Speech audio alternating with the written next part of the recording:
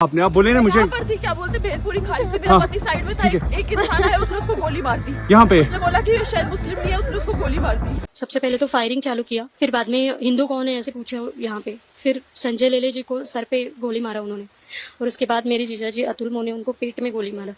तो टारगेट किया उन्होंने हिंदू टूरिस्ट जो थे उनको।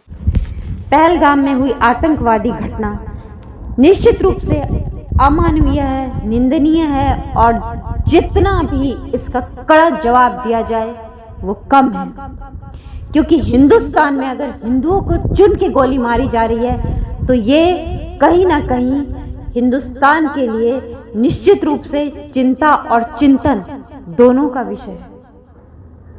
प्रश्न बहुत सारे हैं, बहुत सारी बातें हैं, लेकिन मुख्य रूप से कुछ बातें ही मैं अपनी वीडियो में उठाऊंगी। पहली बात, लोग कहते थे कि कोई मजहब नहीं है आतंकवाद का। अगर ये सच है और ये सत्य है तो फिर आतंकवादियों ने एक एक व्यक्ति के पास जाकर उसका धर्म क्यों पूछा? क्यों उससे पूछा गया कि तुम हिंदू हो या मुसलमान? और अगर तुम मुसलमान हो तो उसका प्रूफ दो। क्यों तुम हिंदू हो और क्रिश्चियन हो तो लो ये मौत खड़ी है और सिर से सटाकर गोली मार दी गई। आप सोचिए कितना भयावह दृश्य होगा उस लड़की के लिए जिसकी 4 दिन पहले शादी हुई और उसके सामने उसके पति के सिर पर रख के गोली मार दी गई। दूर भी किसी की हत्या होती है, दूर भी किसी का शव गिरता है ना, तो हमारा हृदय कांप उठता है, लेकिन आपके सामने ही आपके पति को मारा जा रहा है, आपके सामने ही आपके पिता को मारा जा रहा है। कितना भयावह दृश्य है। और हिंदुस्तान में हिंदुओं को पूछ पूछ कर मारा जा रहा है। निश्चित रूप से ये बहुत ही चिंता का विषय है कि किस ओर हमारा देश जा रहा है, किस लेवल पर आकर हमें डराया जा रहा है और भय का माहौल बनाया जा रहा है हिंदुओं के खिलाफ। और ये बात है सोचने की, सोचना पड़ेगा हर एक हिंदू को कि जब आतंकवादियों ने पूछा तो ये नहीं पूछा कि तुम किस राज्य से हो, ये नहीं पूछा कि तुम्हारी जात क्या है, ये नहीं पूछा कि तुम्हें कौन सी भाषा बोलनी आती है, सिर्फ और सिर्फ ये पूछा कि तुम हिंदू हो या मुस्लिम। धर्म पूछा।